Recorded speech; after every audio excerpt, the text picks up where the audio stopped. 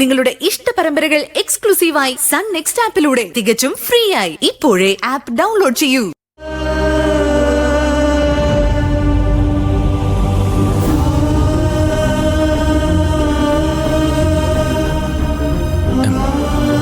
Sorry ദർശനെ, ഞാൻ തന്നെ ഒരുപാട് വിഷമിപ്പിച്ചു. പെട്ടെന്ന് പരീക്ഷ എഴുതിയില്ലെന്ന് കേട്ടപ്പോൾ വിഷമം കൊണ്ട് ചെയ്തു പോയതാ, അല്ലാതെ മനഃപൂർവ്വമല്ല. എന്റെ ഭാഗത്താ തെറ്റ്. ഞാൻ രൂപേഷ് ചേട്ടനോട് പറയണമായിരുന്നു, അത് ഞാൻ ചെയ്തില്ല.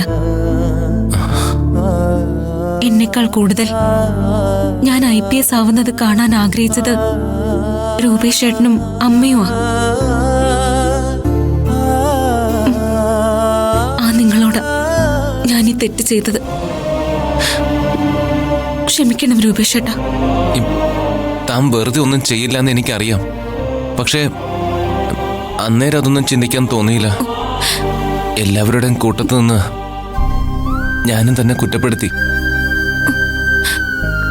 താൻ പരീക്ഷ എഴുതിയില്ലെങ്കിൽ എന്തെങ്കിലും ഒരു കാരണം ഉണ്ടാവും. അത് എന്താന്ന് ഞാൻ ചോദിക്കുന്നില്ല, അത് പറയേണ്ട സമയമാകുമ്പോൾ താൻ പറഞ്ഞാൽ മതി. എല്ലാം എന്റെ ഭാഗ്യക്കേടാ. കൈവെള്ളയിലെല്ലാം കൊണ്ടുവച്ച് തന്ന ദൈവം തന്നെ അത് തിരിച്ചെടുത്തു.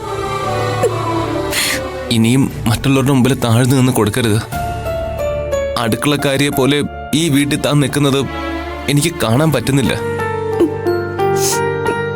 കിട്ടിയ അവസരം മുതലാക്കി അവരെല്ലാം തന്നോട് പ്രതികാരം ചെയ്യുക. അതിന് നിന്നു കൊടുക്കരുത്. രൂപേഷ് ചേട്ടാ, ഇത് എന്റെ വീടാ. എന്റെ വീടിന്റെ അടുക്കളയിൽ ജോലി ചെയ്യുന്നത് എനിക്കെപ്പോഴും സന്തോഷമുള്ള കാര്യമല്ലേ. അവരാരും അങ്ങനെ പറഞ്ഞതുകൊണ്ടൊന്നും അല്ല. എനിക്കും വെറുതെ ഇരിക്കാൻ പറ്റില്ലായിരുന്നു.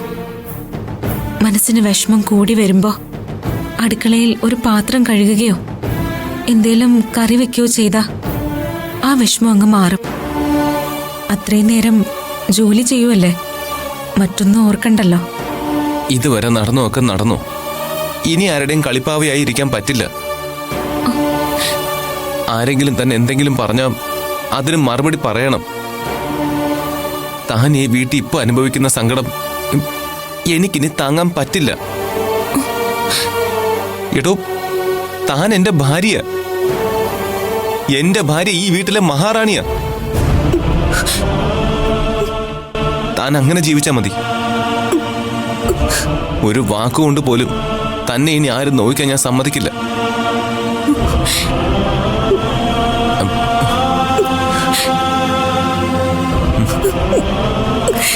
IPS ആയില്ലെന്ന് വെച്ച് ഇയാളുടെ തൻ്റെയോടൊക്കെ പോവോ? വലിയ ഗുണ്ടകളൊക്കെ ഇടിച്ചു തോൽപ്പിക്കുന്ന ആളല്ലേ താൻ. പിന്നെ എന്തിനാ അവരുടെയൊക്കെ മുമ്പിൽ തോക്കുന്നത്? താൻ ആരുടെ മുമ്പിലും തോൽക്കരുത്. താൻ എന്നും ജയിച്ചു കാണാൻ എനിക്കിഷ്ടം. രൂപേഷ് ചേട്ടാ, ഞാൻ പരീക്ഷ എഴുതാതിരുന്നത്. വേണ്ട, തൽക്കാലം താൻ അതെന്നോട് ഇപ്പൊ പറയണ്ട. അത് പറയാതിരിക്കാൻ തനിക്കിപ്പോ ഒരു കാരണമുണ്ടല്ലോ. അതില്ലാതാവുമ്പോ താൻ എന്നോട് പറഞ്ഞാൽ മതി. എനിക്ക് എന്റെ പഴയ ദർശനം തിരിച്ചു വേണം.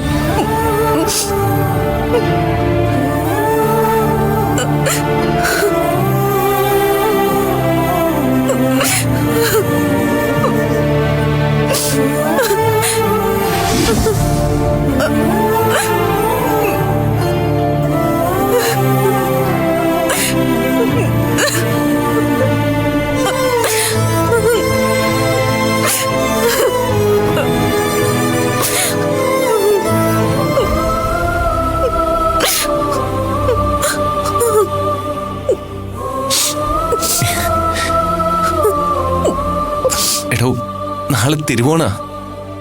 ഈ വീട്ടിൽ എല്ലാവരും സന്തോഷിച്ചിരിക്കുമ്പോ താൻ വിഷമിച്ചിരിക്കാൻ ഞാൻ സമ്മതിക്കില്ല.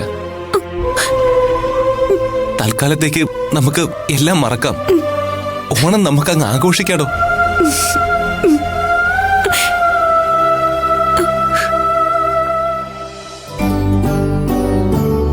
ഗീതമ്മേ, മതി.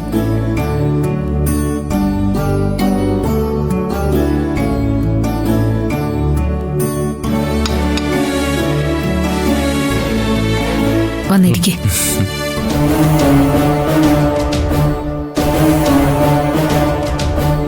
ഇവരുടെ പിണക്കൊക്കെ മാറിയോ? രൂപേഷേട്ടനെ ഇരിക്കെ. തായിരിക്കുന്നില്ലേ? ഞാനിരുന്നോളാം, ഇരിക്കെ.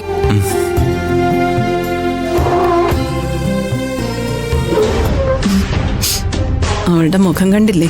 ഞാൻ ആ സാരി കൊടുത്തത് അവൾക്ക് തീരെ ഇഷ്ടപ്പെട്ടിട്ടില്ല. ഇവിടെ എല്ലാവരുടെ മുന്നിലും നമുക്കത് പൊട്ടിച്ചാലോ?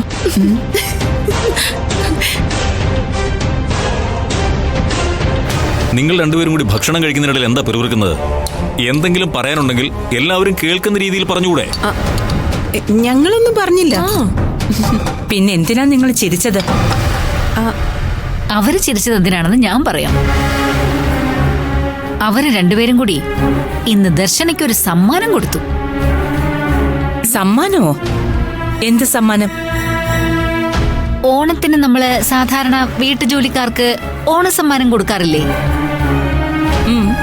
ഇവിടെ അടുക്കളയിൽ ജോലി ചെയ്യുന്ന വിനീതയ്ക്ക് ഓണക്കോടി ഇവര് രണ്ടുപേരും കൂടി വാങ്ങിക്കൊടുത്തു. അക്കൂട്ടത്തില് ദർശനയ്ക്കും കൊടുത്തു ഒരു ഓണക്കോടി.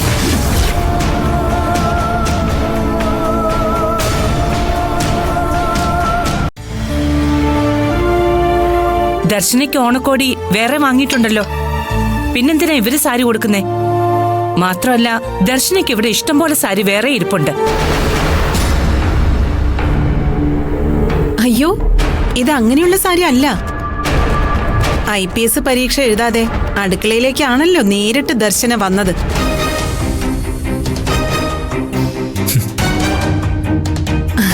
ഒരർത്ഥത്തിൽ ദർശനയ്ക്ക് ഇപ്പൊ ഇവിടുത്തെ അടുക്കളയിലാണല്ലോ ജോലി.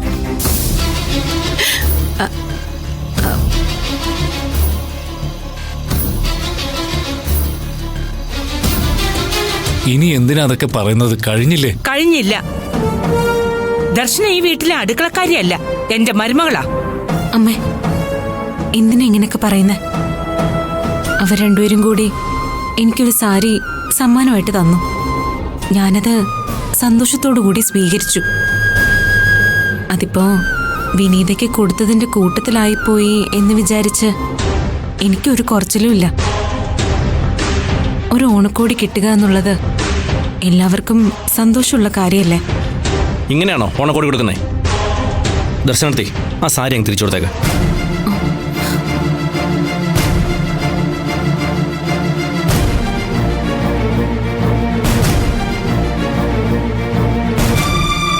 അല്ലെങ്കിലും ആളുകളെ പരിഹസിക്കുന്നതിൽ മാസ്റ്റർ ഡിഗ്രി എടുത്ത ആളല്ലേ അമ്മ.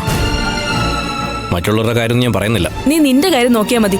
എന്റെ കാര്യം നോക്കാൻ എന്റെ ഭർത്താവുണ്ട്. പാവം അച്ഛൻ. ഇതുവരെ അമ്മയച്ഛൻ ഡിവോഴ്സ് ചെയ്യാത്ത എന്താണെന്നാ എന്റെ സംശയം. ഇവളുടെ ഒരു കാര്യം. നിഖിൽ, ആ മതി. ഈ സംസാരം വലുതാക്കണ്ട. ഇവരുടെ കയ്യിൽ നിന്നും സാരി കിട്ടിയതില് എനിക്ക് സന്തോഷം മാത്രമേ ഉള്ളൂ. താനോട് ഇരിക്കെ, ഞാൻ വിളമ്പിത്തരാം.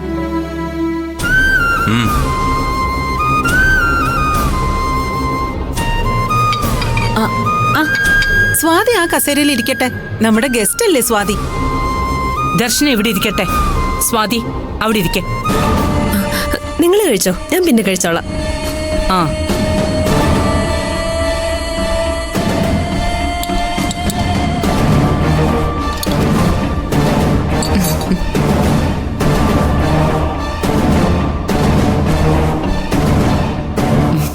കഴിക്കേ.